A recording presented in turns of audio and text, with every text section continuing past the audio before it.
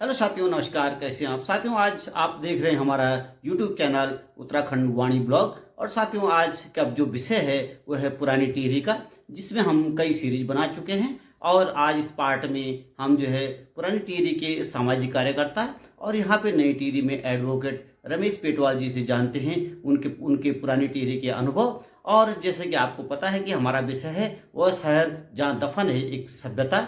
तो साथियों, जैसे कि टिहरी की पुरानी टिहरी के बारे में आज हम पेटवाल जी से वार्ता कर रहे हैं। आइए उनसे बात करते हैं। पेटवाल जी, आपका हमारे चैनल में बहुत बहुत स्वागत है। और मैं आपसे आज, जैसे कि आपको पता है कि हम पुरानी टिहरी में एक सीरीज बना रहे हैं और सीरीज का नाम है वो शहर जहाँ दफन है एक सभ्यता। तो पेटवाल जी, आपका अनुभव पुरानी टिहरी का क्या है? बहुत बहुत धन्यवाद। पुरानी टिहरी एक राजशाही ऐतिहासिक शहर था जिसमें 3 जिलों का संगम था। टिहरी, उत्तरकाशी भी पहले पुरानी टिहरी का भाग था, और रुद्रप्रयाग भी। रुद्रप्रयाग के लोग भी टिहरी, उत्तरकाशी के लोग उस शहर को टच करते हुए एक सेंटर प्लेस का शहर था, जहाँ की सारी ऐतिहासिक और लोगों की परंपराएं सब खत्म हो चुकी हैं, जिसका कि भारत सरकार ने, या जो इतना बड़ा डैम बना है, किसी ने भी इन ऐतिहासिक धरोहरों का कोई संज्ञान नहीं लिया। लोगों की विरासतें खत्म हो चुकी है। और पुरानी टिहरी एक ऐसा शहर था इसमें सभी प्रकार के मेले लगते थे, सारे गांव के लोग आते थे, और बहुत अच्छा बाजार था जिसमें सभी, जो आदमी कहीं नहीं मिलता था वो पुरानी टिहरी में मिलता था। पेटवाल जी, एक सवाल आपसे है। जैसे हमने कई लोगों से पूछा है पुरानी टिहरी वालों का, जो हमारे वहाँ पे मेले होते हैं, मकर संक्रांति है, बसंत पंचमी है, तो वहाँ का अनुभव क्या है आपको? उस समय कैसा लगता था पुरानी टिहरी में? पुरानी टिहरी में सभी मेले लगते थे, सारे गांव के लोग आते थे, बहुत रीति रिवाज से, बहुत शांति व्यवस्था से वो मेले संपन्न होते थे।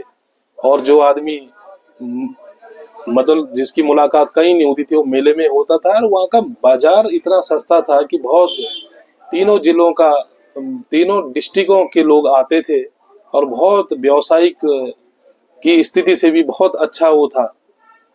और मेले जो है, मेले भी हर परंपरा से मनाए जाते थे।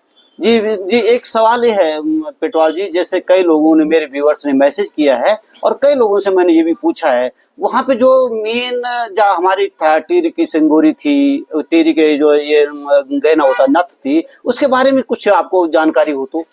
टिहरी की नथ तो आज भी पूरे उत्तराखंड में प्रसिद्ध है। यहाँ तक कि जो हमारे लोग दिल्ली में भी हैं, बम्बई में भी है, वो भी टिहरी की नथ को वहाँ पे बनवाते हैं। उसे बनवाने के लिए यहाँ आते हैं। कुछ दुकानें पुरानी टिहरी की ऐसी हैं जो नई टिहरी में भी है, देहरादून में भी है। पूरे उत्तराखंड में टिहरी की नथ का एक नाम था और एक प्रचलन है जो कि आज भी जारी है।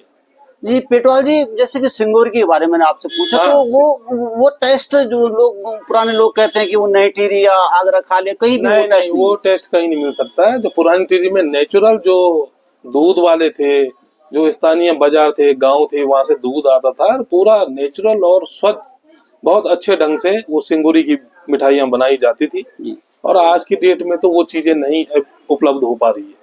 पेटवाल जी, एक सवाल ये है कि वहाँ के जो प्रसिद्ध जो है धर्मस्थल थे हमारे, जैसे सत्तेश्वर महादेव थे, हमारा बद्रीनाथ का मंदिर था, वहाँ पे काफी जो है, जैसे सुमन चौक वगैरह, जो हमारे वहाँ पे जो थे, इनके बारे में आपका क्या विचार है?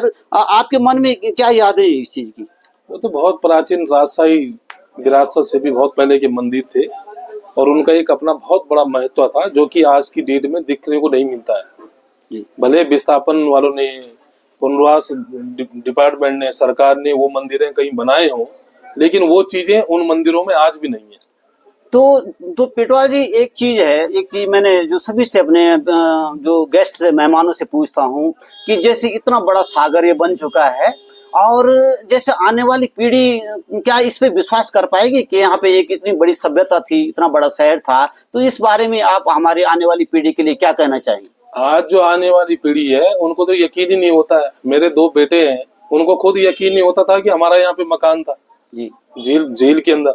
उनको उस इतिहास के बारे में पता ही नहीं है। वो चीज तो हम ही जानते हैं। हम लोगों के मकान थे वहां पे जो जलमग्न हो चुके हैं।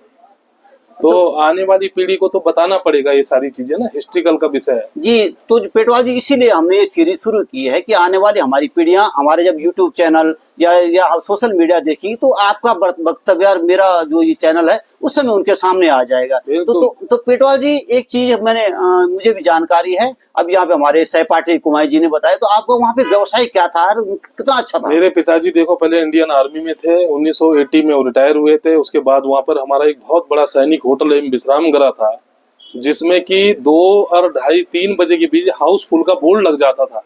इतने मतलब टूरिस्ट या कस्टमर आते थे, वहां की तो कुछ बात ही अलग थी।